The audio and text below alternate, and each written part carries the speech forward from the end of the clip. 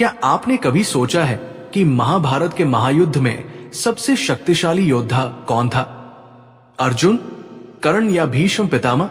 नहीं, उस युद्ध में एक ऐसा भी योद्धा था जिसके मात्र 3 बाण ही पूरी कौरव और पांडव सेना का विनाश करने के लिए पर्याप्त थे। एक ऐसा वीर जिसकी शक्ति के सामने स्वयं भगवान कृष्ण को भी लीला रचनी पड़ी। क्या होगा अगर मैं आपसे कहूं कि उस योद्धा को युद्ध लड़ने से पहले ही रोक दिया गया? क्यों? ऐसा क्या रहस्य था उस योद्धा की शक्ति में कि धर्म की स्थापना के लिए उसका बलिदान अनिवार्य हो गया? और उस बलिदान के बदले भगवान कृष्ण ने उसे ऐसा क्या वरदान दिया जिसका सीधा संबंध आज हम सब से यानी कलयुग से है? आइए आज चलते हैं इतिहास के उन पन्नों में जहां भक्ति, शक्ति और रहस्य की एक ऐसी गाथा लिखी है जो आज भी प्रासंगिक है। द्वापर युग का अंतिम चरण था और धरती एक महाविनाश के मुहाने पर खड़ी थी। हस्तिनापुर का सिंहासन 2 भागों में बंट चुका था। एक ओर थे धर्म और न्याय के प्रतीक पांडव और दूसरी ओर थे अधर्म, लोभ और अहंकार में डूबे कौरव। जब शांति के सारे मार्ग बंद हो गए तो युद्ध ही एकमात्र विकल्प बचा। कुरुक्षेत्र की भूमि को रक्त से सींचने की तैयारी हो चुकी थी। देश विदेश के राजा महाराजा अपनी अपनी सेनाओं के साथ किसी एक पक्ष से जुड़ रहे थे। उन्हीं दिनों सुदूर वनों में अपनी माता के साथ रहने वाले एक तेजस्वी युवक के कानों में भी युद्ध के नगाड़ों की गूंज पहुंची। ये कोई साधारण युवक नहीं था। ये था महाबली भीम का पौत्र और वीर घटोत्कच का पुत्र बर्बरीक। उसके मुख पर सूर्य के समान तेज था, भुजाओं में सहस्त्र हाथियों का बल था और हृदय में अपनी माता के प्रति असीम भक्ति थी। बर्बरीक ने बचपन से ही अपनी माता मौरवी से युद्ध की शिक्षा ली थी और उन्हें एक वचन दिया था। एक ऐसा वचन जो आगे चलकर इतिहास की सबसे बड़ी पहेली बनने वाला था। उसने वचन दिया था, हे माते, मैं जीवन में सदैव हारने वाले पक्ष का ही साथ दूंगा। ये वचन उसकी करुणा और वीरता का प्रतीक था। लेकिन यही वचन धर्म की स्थापना में सबसे बड़ी बाधा भी बनने वाला था। बर्बरीक ने भगवान शिव की घोर तपस्या करके उन्हें प्रसन्न किया था और महादेव ने उसे 3 ऐसे दिव्य बाण प्रदान किए थे जो अपने लक्ष्य को भेद कर, चाहे वो कहीं भी छिपा हो, वापस उसके तरकश में लौट आते थे।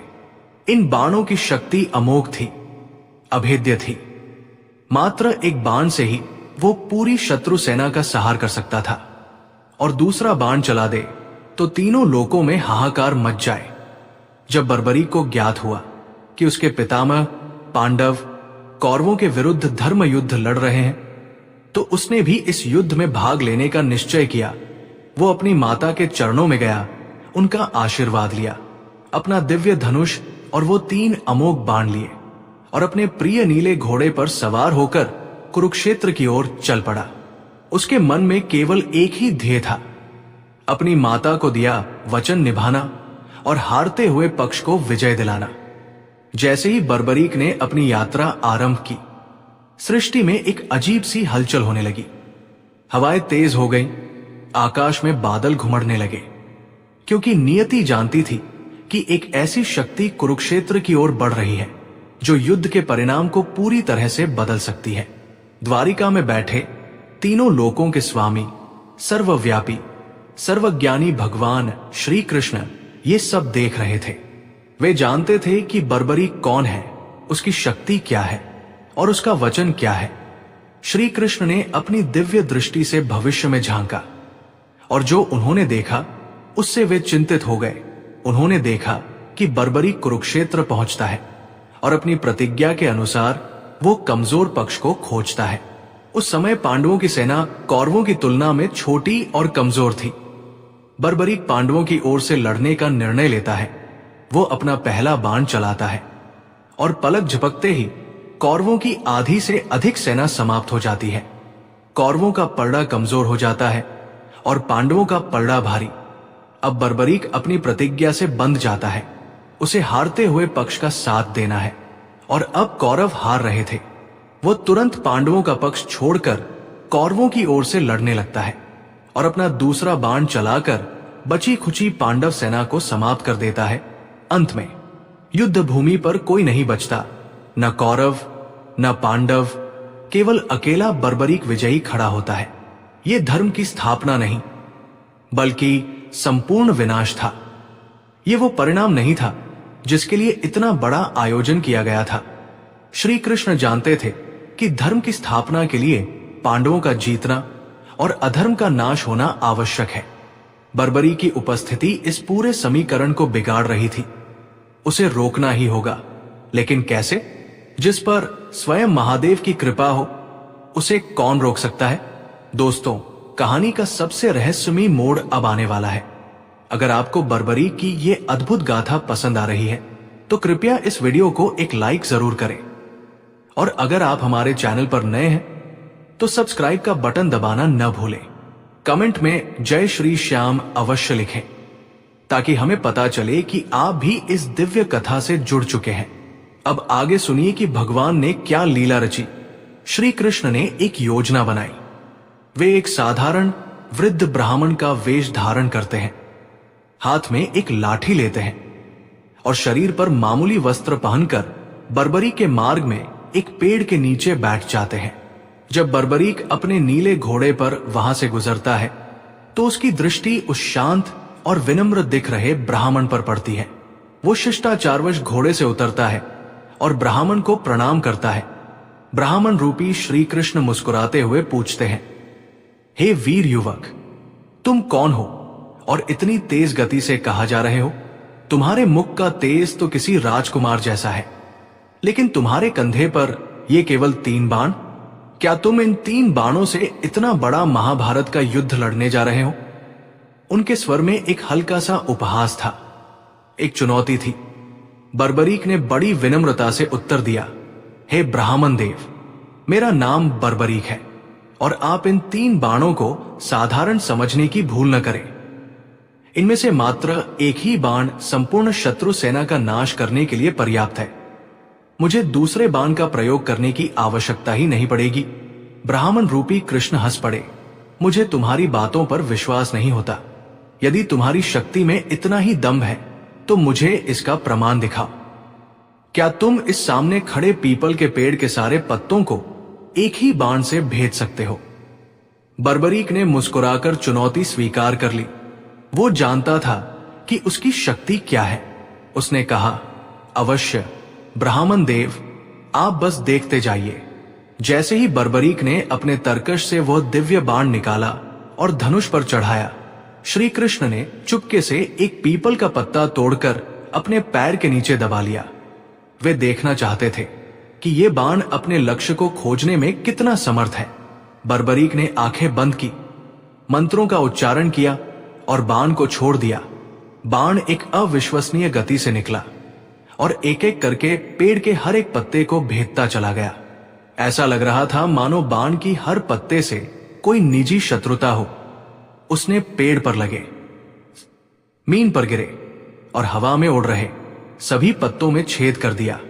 अपना कार्य पूरा करने के बाद वो बाण वापस तरकश में नहीं लौटा, बल्कि वो सीधे ब्राह्मण रूपी श्री कृष्ण के पैर के पास आकर चक्कर काटने लगा। बर्बरीक ये देखकर चौंक गया। वो समझ गया कि कोई पत्ता छूट गया है। उसने ब्राह्मण से कहा, हे ब्राह्मण श्रेष्ठ, कृपा करके अपना पैर हटाइए। लगता है कोई पत्ता आपके पैर के नीचे दबा है और ये बाण उसे भेदे बिना मेरे तरकश में वापस नहीं जाएगा। यदि आपने पैर नहीं हटाया तो ये आपके पैर को भेदता हुआ उस पत्ते तक पहुंच जाएगा। ये सुनते ही ब्राह्मण के वेश में खड़े श्री कृष्ण मुस्कुरा दिए। उनकी मुस्कान में पूरे ब्रह्मांड का रहस्य छिपा था। बर्बरीक समझ गया कि ये कोई साधारण ब्राह्मण नहीं है जो उसकी शक्ति के रहस्य को जानता है और जो उसके बाण के मार्ग में बाधा बनकर भी अविचलित खड़ा है। वो कोई दिव्य पुरुष ही हो सकता है। उसने हाथ जोड़कर पूछा, हे देव, आप जो भी हैं, कृपया अपने वास्तविक स्वरूप में आइए। एक साधारण ब्राह्मण में इतनी क्षमता नहीं हो सकती। बर्बरी की प्रार्थना सुनकर वो वृद्ध ब्राह्मण धीरे धीरे अपने वास्तविक स्वरूप में आने लगा। उसके चारों ओर एक दिव्य प्रकाश फैल गया और उसके स्थान पर अब मुरली मनोहर पीतांबरधारी सुदर्शन चक्र धारण करने वाले स्वयं भगवान वासुदेव श्री कृष्ण खड़े थे। उन्हें अपने सामने देखकर बर्बरीक की आंखें खुली की खुली रह गई। वो अवाक रह गया। जिस भगवान के दर्शन के लिए ऋषि मुनि युगों तक तपस्या करते हैं, वे स्वयं उसके सामने खड़े थे। वो तुरंत उनके चरणों में गिर पड़ा। श्री कृष्ण ने उसे उठाया और कहा, उठो वीर बर्बरीक, मैं तुम्हारी शक्ति और तुम्हारी विनम्रता दोनों से ही प्रसन्न हुआ। तुमने ये सिद्ध कर दिया कि इस युद्ध में तुमसे बड़ा कोई और योद्धा नहीं है। बर्बरी की आंखों में आंसू थे, लेकिन उसका हृदय ये जानने के लिए व्याकुल था कि भगवान ने उसे इस तरह क्यों रोका। उसने हाथ जोड़कर पूछा, हे प्रभु, यदि आप मेरी शक्ति से प्रसन्न हैं, तो आपने ये लीला क्यों रची? मुझे युद्ध में जाने से क्यों रोका? श्री कृष्ण के मुख पर एक गंभीर भाव आ गया। उन्होंने जो रहस्य खोला वो बर्बरी के पैरों तले जमीन खिसकाने वाला था। एक ऐसा रहस्य जो द्वापर से लेकर कलयुग तक के भाग्य को निर्धारित करने वाला था। भगवान कृष्ण ने बर्बरीक से क्या कहा? उन्होंने बर्बरीक से ऐसा क्या मांग लिया कि इतिहास में उसका नाम अमर हो गया? और उस मांग का कलयुग से क्या संबंध है, ये जानने के लिए आपको हमारी इस कहानी को पूरा देखना होगा। हम आपको विश्वास दिलाते हैं, आगे की कहानी आपके रोंगटे खड़े कर देगी और आपकी आंखों में आंसू ला देगी, ये जानने के लिए कि कैसे एक योद्धा कलयुग का सबसे बड़ा सहारा बना। हमारे साथ बने रहें। इस कहानी को अपने परिवार और दोस्तों के साथ साझा करना न भूलें, ताकि वे भी इस अद्भुत कथा का आनंद ले सके। अभी तक हमने देखा कि वीर बर्बरीक के सामने कोई साधारण ब्राह्मण नहीं, बल्कि स्वयं तीनों लोकों के स्वामी भगवान श्री कृष्ण अपने विराट स्वरूप में प्रकट हो चुके थे। बर्बरीक, जो अपनी शक्ति के अभिमान में नहीं बल्कि अपनी शक्ति के विश्वास में जी रहा था, वो अपने आराध्य को अपने सामने देखकर अवाक था, निःशब्द था। उसकी आंखों से अविरल अश्रुधारा बह रही थी। आज उसकी यात्रा सफल हो गई थी, उसका जीवन धन्य हो गया था। लेकिन उसके मन में अब भी वही प्रश्न था, क्यों? प्रभु ने मुझे क्यों रोका? क्या भगवान कृष्ण सच में उसकी परीक्षा ले रहे थे, या इसके पीछे कोई ऐसा गहरा रहस्य था जो धर्म की स्थापना के लिए अनिवार्य था? और बर्बरीक से भगवान ऐसा क्या मांगने वाले थे जिसे सुनकर न सिर्फ बर्बरीक बल्कि आने वाली हर पीढ़ी का हृदय कांप जाएगा? आइए इस दिव्य रहस्य की अगली परत को खोलते हैं। भगवान श्री कृष्ण ने बर्बरीक को अपने चरणों से उठाया और उनके चेहरे पर एक साथ करुणा, गौरव और एक अनकही पीड़ा के भाव थे। उन्होंने कहा, हे वीर शिरोमणि बर्बरीक, मैं तुम्हारी शक्ति, तुम्हारी भक्ति और तुम्हारी विनम्रता तीनों से ही परम प्रसन्न हूं। इसमें कोई संदेह नहीं कि तुम इस युग के सबसे महान और अजेय योद्धा हो। तुम्हारे तरकश में रखे ये 3 बाण काल के समान हैं, जो एक बार छूट जाए तो सृष्टि का विनाश करके ही लौटें। बर्बरीक ने हाथ जोड़कर कहा, हे नारायण, ये सब तो आपकी ही कृपा है, मैं तो केवल एक निमित्त मात्र हूं। पर हे प्रभु, मेरे मन की इस दुविधा को शांत कीजिए। यदि आप मुझसे प्रसन्न हैं, तो आपने मुझे कुरुक्षेत्र जाने से क्यों रोका? मेरे पितामह पांडव धर्म के लिए लड़ रहे हैं और मैं उनकी सहायता करना चाहता हूं। श्री कृष्ण के मुख पर एक हल्की रहस्यमयी मुस्कान आई। उन्होंने कहा, बर्बरीक, तुम्हारा हृदय पवित्र है और तुम्हारी मंशा भी नेक है, लेकिन तुमने अपनी माता को जो वचन दिया है, क्या तुम उसका अर्थ समझते हो? तुमने कहा है कि तुम सदैव हारने वाले पक्ष का साथ दोगे। बर्बरीक ने दृढ़ता से कहा, हाँ प्रभु, ये मेरा प्रण है और मैं इससे पीछे नहीं हट सकता। तब श्री कृष्ण ने उसे समझाया, पुत्र, इसी प्रण में धर्म की सबसे बड़ी बाधा छिपी है। आज पांडवों की सेना कौरवों की सेना से छोटी है, वे कमजोर है। तुम निःसंदेह उनका साथ देने जाओगे। जैसे ही तुम अपना पहला बाण चलाओगे, कौरवों की सेना का एक बड़ा भाग नष्ट हो जाएगा और उनका पलड़ा हल्का हो जाएगा। उस क्षण पांडव पक्ष विजयी होने लगेगा और कौरव पक्ष हारने लगेगा।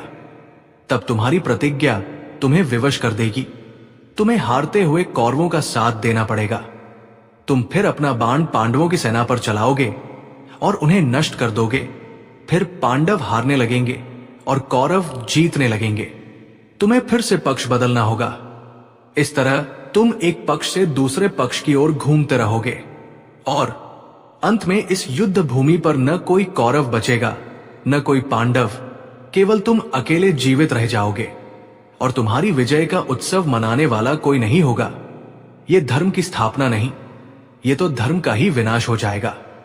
इस युद्ध का उद्देश्य अधर्म का नाश करके धर्म को स्थापित करना है, न कि समस्त क्षत्रिय वंश का सहार करना। यह सुनकर बर्बरीक सन्न रह गया। उसने कभी इस दृष्टिकोण से अपने वचन को देखा ही नहीं था। उसकी आंखें खुल गई। उसे समझ आ गया कि उसकी शक्ति और उसका वचन दोनों मिलकर धर्म की स्थापना में सहयोगी नहीं बल्कि बाधक बन रहे हैं। उसकी आंखों में पश्चाताप के आंसू आ गए। वो बोला, हे प्रभु, मुझे क्षमा करें। मैं तो अज्ञानतावश धर्म का ही नाश करने जा रहा था। आपने मेरी आंखें खोल दी। अब आप ही बताइए, मैं क्या करूं? मैं अपने वचन से भी बंधा हूं और युद्ध में भाग लिए बिना भी नहीं रह सकता। तब श्री कृष्ण के स्वर में एक असीम गंभीरता आ गई। उन्होंने कहा, हे वीर, हर महायज्ञ से पहले, हर बड़े अनुष्ठान से पहले भूमि की शुद्धि के लिए, संकल्प की पूर्ति के लिए एक बलि की आवश्यकता होती है।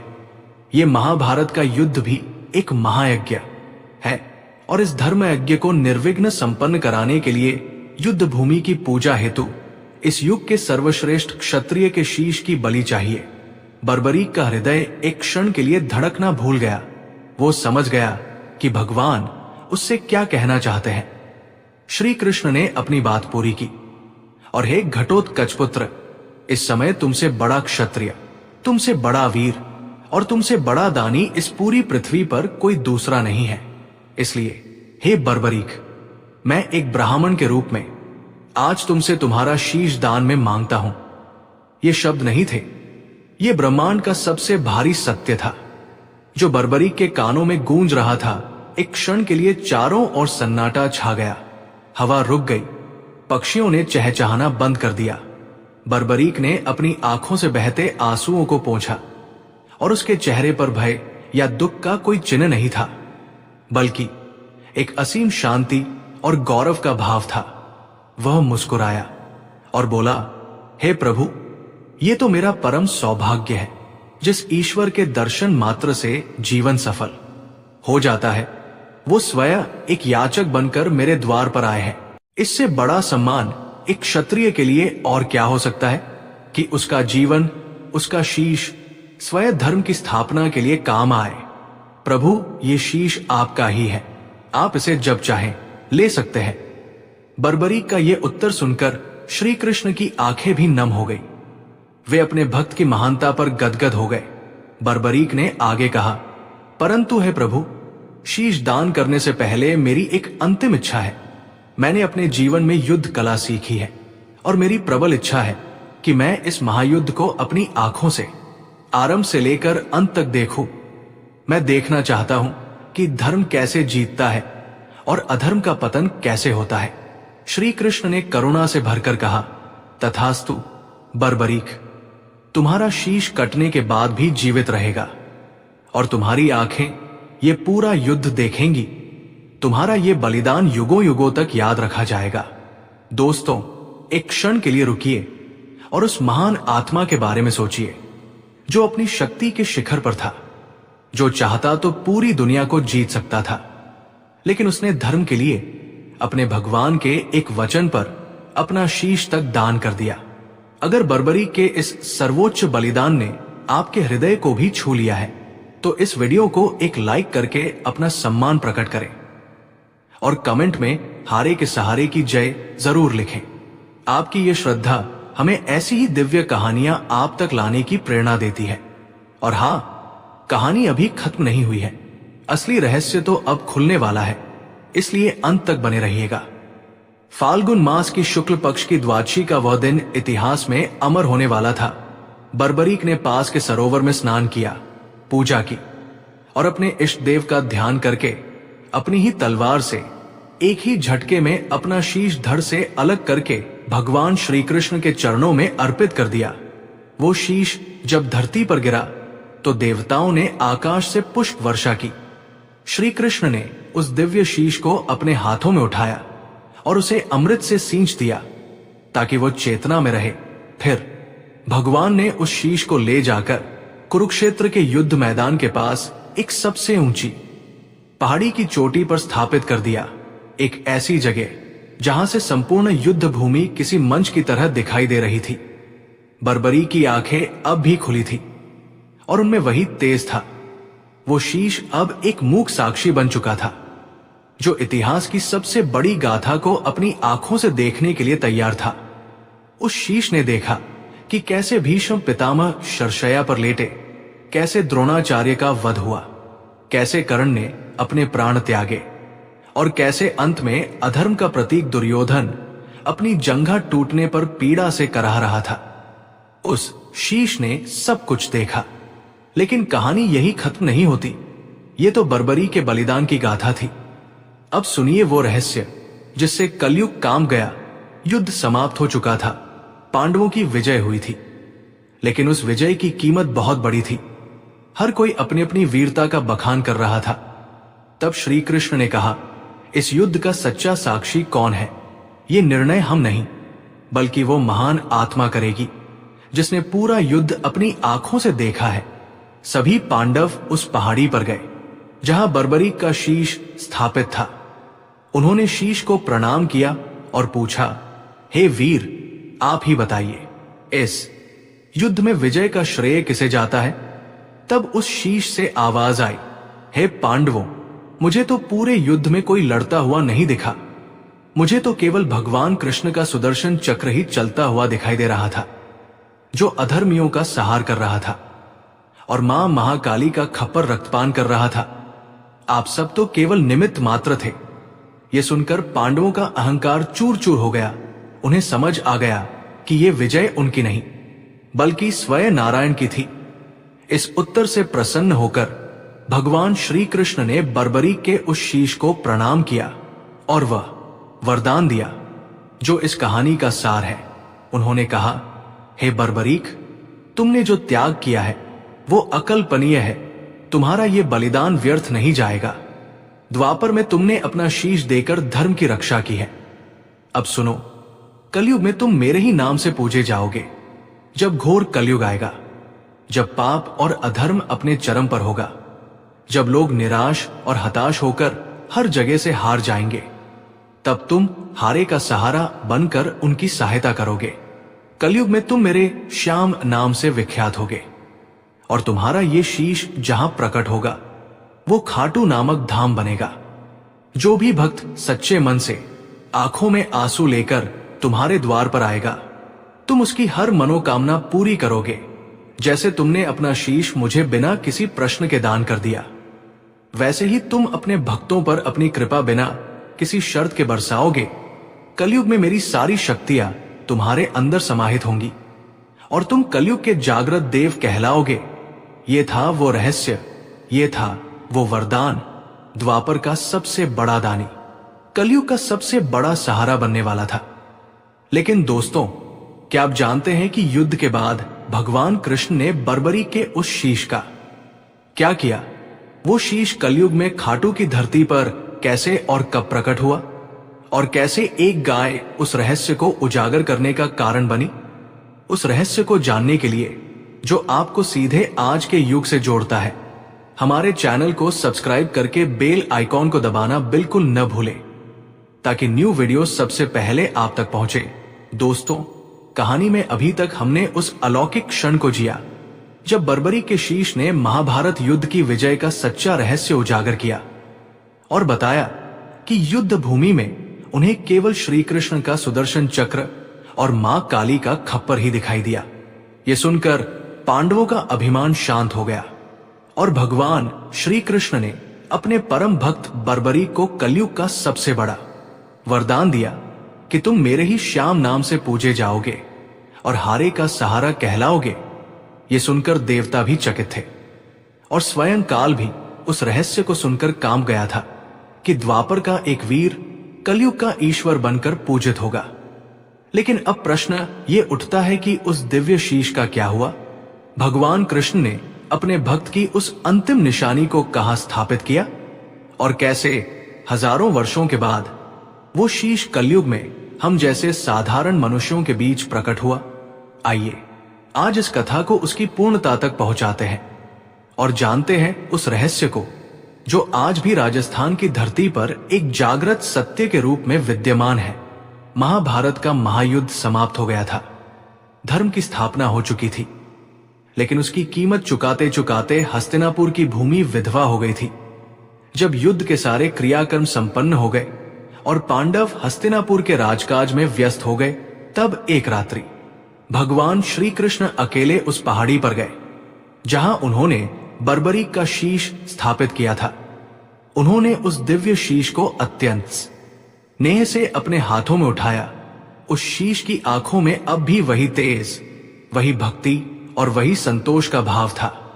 श्री कृष्ण ने कहा, हे मेरे प्रिय भक्त, तुमने अपना वचन निभाया, तुमने धर्म की स्थापना में सबसे बड़ा योगदान दिया। अब मेरे वरदान के फलीभूत होने का समय आ रहा है। द्वापर युग अपनी समाप्ति की ओर है और शीघ्र ही घोर कलयुग का अंधकार इस धरती को निगलने का प्रयास करेगा। उस अंधकार में जब मेरे भक्त दिशाहीन हो जाएंगे, जब उन्हें कोई मार्ग नहीं सूझेगा, तब उन्हें तुम्हारे प्रकाश की आवश्यकता होगी। भगवान ने उस शीश को अपने हृदय से लगाया और कहा, परंतु उस समय के आने में अभी विलंब है। अभी तुम्हें योग निद्रा में विश्राम करना होगा। तुम्हें उस समय तक प्रतीक्षा करनी होगी जब तक धरती तुम्हें स्वयं पुकार न ले। ये कहकर भगवान श्री कृष्ण उस शीश को लेकर पास में बहने वाली एक पवित्र नदी के तट पर पहुंचे, जिसका नाम था रूपवती नदी। चांदनी रात में नदी का जल चांदी की तरह चमक रहा था। भगवान ने अपने पीतांबर से उस शीश को पोंछा और उसे प्रणाम करते हुए धीरे धीरे नदी की बहती धारा में प्रवाहित कर दिया। वो शीश किसी साधारण पत्थर की तरह डूबा नहीं, बल्कि एक दिव्य प्रकाश के साथ जल में समाहित हो गया और नदी की लहरों ने उसे ऐसे स्वीकार किया जैसे कोई मां अपने पुत्र को अपनी गोद में ले रही हो। भगवान ने नदी को आदेश दिया कि वो इस दिव्य धरोहर की रक्षा करे जब तक कि कलयुग में इसके पुनः प्रकट होने का सही समय न आ जाए। और इस तरह वीर बर्बरीक का शीश द्वापर युग के अंतिम पलों में भविष्य के एक महान उद्देश्य के लिए जल में समाधिस्थ हो गया। समय का चक्र घूमता रहा। द्वापर युग समाप्त हुआ। भगवान श्री कृष्ण ने अपनी लीला समाप्त की और अपने धाम को लौट गए। धरती पर कलयुग का आगमन हुआ। जैसा कि शास्त्रों में वर्णित था, कलयुग अपने साथ अधर्म, असत्य, लोभ और निराशा का अंधकार लेकर आया। धर्म का क्षय होने लगा। मनुष्य की आयु और पुण्य घटने लगे। लोग केवल अपनी इंद्रियों की तृप्ति में लग गए। चारों ओर हताशा और पीड़ा का साम्राज्य था। हजारों वर्ष बीत गए। रूपवती नदी भी समय के साथ अपना मार्ग बदलती हुई धरती के गर्भ में कहीं विलीन हो गई और अब उसे गर्भवती नदी के नाम से जाना जाने लगा। लोग बर्बरी की कहानी भूल गए, उसके बलिदान को भूल गए और भगवान कृष्ण के उस वरदान को भी भूल गए। धरती पर पाप का भार इतना बढ़ गया था कि अब भक्तों को सचमुच एक सहारे की आवश्यकता थी। एक ऐसे सहारे की जो हर हारे हुए का हाथ थाम सके। और अब भगवान कृष्ण के उस वरदान के सत्य होने का समय आ चुका था। कलयुग के मध्य में राजस्थान की वीर भूमि पर एक छोटा सा गांव था, खाटू। ये एक शांत और साधारण सा गांव था। इसी गांव में एक गाय थी जो एक ग्वाले की थी। वो गाय प्रतिदिन चरने के लिए अन्य गायों के साथ जाती थी, लेकिन शाम को जब वो लौटती तो उसके थनों में दूध नहीं होता था। ग्वाला कई दिनों तक ये देखकर परेशान रहा। उसे लगा कि कोई रास्ते में उसकी गाय का दूध दुह लेता है। एक दिन उसने निश्चय किया कि वो सच्चाई का पता लगाकर रहेगा। वो छिपकर अपनी गाय के पीछे पीछे गया। उसने देखा कि उसकी गाय अन्य सभी गायों से अलग होकर एक विशेष स्थान पर एक छोटे से टीले पर जाकर खड़ी हो गई।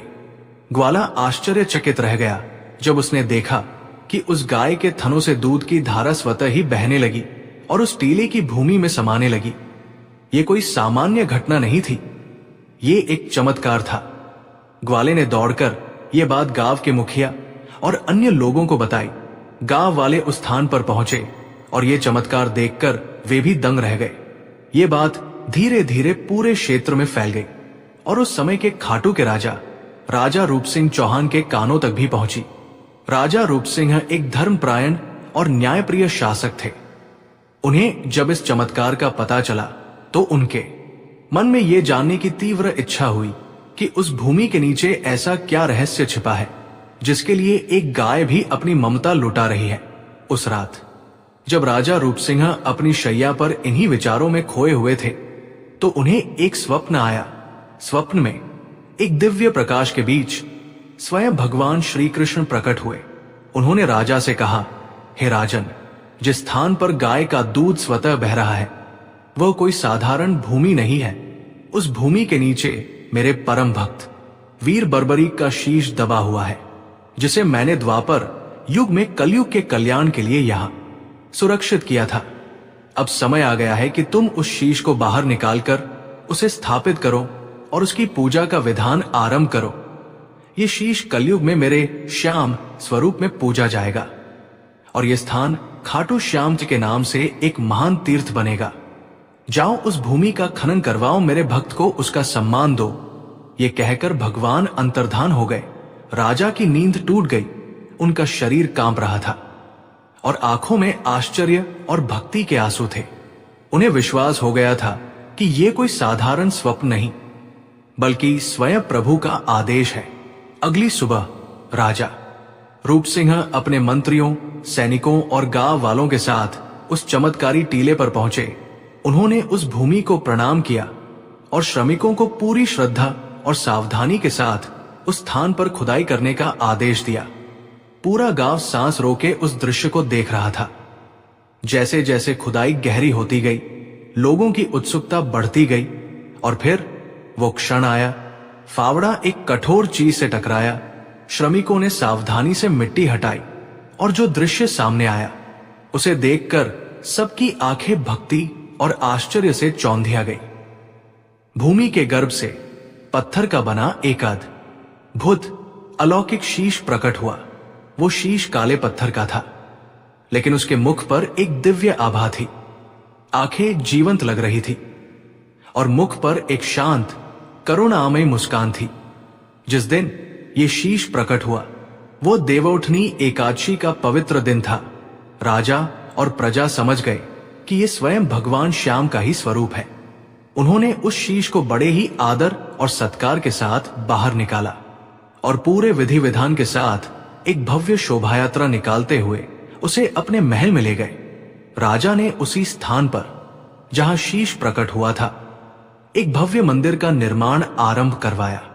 सन 1027 ईस्वी में राजा रूप सिंह चौहान और उनकी पत्नी नर्मदा कंवर द्वारा उस मंदिर की नींव रखी गई और उसमें उस दिव्य शीश को स्थापित किया गया। दोस्तों, ये वही मंदिर है जिसे आज हम और आप श्री खाटू श्याम जी के मंदिर के नाम से जानते हैं। लेकिन कहानी का एक और रहस्य बाकी है। जब शीश की स्थापना हो गई तो प्रश्न उठा कि शीश की पूजा तो होगी, पर धड़ का क्या? तब यह रहस्य खुला कि बर्बरीक का धड़ राजस्थान के ही रिंगस नामक स्थान के पास गिरा था और आज भी रिंगस में बाबा श्याम के धड़ की पूजा होती है। इसीलिए खाटू जाने वाले बहुत से भक्त पहले रिंगस में शीश नवाते हैं। अब इस कहानी का अंतिम और सबसे महत्वपूर्ण भाग जो सीधे आपसे और मुझसे जुड़ा है। भगवान कृष्ण का वो वरदान, तुम हारे का सहारा बनोगे, ये केवल एक वाक्य नहीं, ये कलयुग के हर दुखी, हर निराश, हर पराजित व्यक्ति के लिए एक संजीवनी है। जब बर्बरीक ने अपना शीश दान किया तो वो उस समय के सबसे बड़े दानी बने और जब उन्होंने कलयुग में भक्तों का सहारा बनने का वरदान पाया तो वे सबसे बड़े ईश्वर बन गए। हारे का सहारा का अर्थ केवल युद्ध में हारना नहीं है, इसका अर्थ है जीवन की लड़ाई में हार जाना। जब कोई व्यापारी अपने व्यापार में सब कुछ गंवाकर हार जाता है, जब कोई विद्यार्थी परीक्षा में असफल होकर हार जाता है, जब कोई रोगी अपनी बीमारी से लड़ते लड़ते हार जाता है, जब कोई इंसान रिश्तों की उलझनों में टूटकर हार जाता है, जब किसी को चारों ओर अंधकार ही अंधकार दिखे और आशा की एक किरण भी न मिले, तब उस हारे हुए इंसान का हाथ थामने के लिए जो शक्ति प्रकट होती है, उसी का नाम है श्याम। आज भी लाखों लोग अपनी अपनी पीड़ा, अपनी अपनी झोली लेकर खाटू की उस पावन धरती पर जाते हैं। वे बाबा से कुछ मांगने नहीं, बल्कि ये बताने जाते हैं कि बाबा, मैं हार गया हूं, अब ये जीवन की गाड़ी आप ही चलाओ। और इतिहास साक्षी है, श्याम बाबा का दरबार साक्षी है कि जो भी उस चौखट पर सच्चे मन और विश्वास के साथ गया, वो कभी खाली हाथ नहीं लौटा। बर्बरी के वे 3 बाण आज भी उनके प्रतीक चिन्ह हैं। वे हमें याद दिलाते हैं कि उनकी शक्ति आज भी उतनी ही है। पहला बाण उन दुष्टों का नाश करता है जो उनके भक्तों को सताते हैं, दूसरा बाण उनके भक्तों की रक्षा करता है, और तीसरा बाण जो उन्होंने कभी चलाया नहीं, वो शायद उन्होंने हम सब के लिए बचा कर रखा है कि जब भी कोई भक्त उन्हें पुकारेगा तो वे उसकी रक्षा के लिए स्वयं प्रकट हो जाएंगे। तो मित्रों, ये थी कहानी एक वीर योद्धा बर्बरी की, जो अपने एक वचन और एक बलिदान से कलयुग के ईश वर खाटू नरेश, शीश के दानी, लखदातार और हम सबके प्यारे हारे के सहारे बाबा श्याम बन गए। उनकी कहानी हमें सिखाती है कि धर्म के लिए किया गया त्याग कभी व्यर्थ नहीं जाता। ये हमें सिखाती है कि यदि विश्वास सच्चा हो तो पत्थर में भी प्राण आ जाते हैं। और सबसे बढ़कर ये हमें सिखाती है कि चाहे जीवन में कितना भी अंधकार क्यों न हो, हार मत मानो, क्योंकि खाटू में बैठा एक शीश का दानी हर हारे हुए का सहारा बनने के लिए तैयार है। अगर इस दिव्य कथा ने आपके हृदय को छुआ है तो इस कहानी को अपने प्रियजनों के साथ साझा अवश्य करें, ताकि बाबा श्याम का ये संदेश हर उस व्यक्ति तक पहुंचे जिसे आज एक सहारे की आवश्यकता है। कमेंट बॉक्स में प्रेम से लिखिए जय श्री श्याम और अपने जीवन की बागडोर उस हारे के सहारे को सौंप दीजिए। विश्वास मानिए, वो आपको कभी हारने नहीं देगा। बोलो हारे के सहारे की जय, शीश के दानी की जय, श्री खाटू नरेश की जय।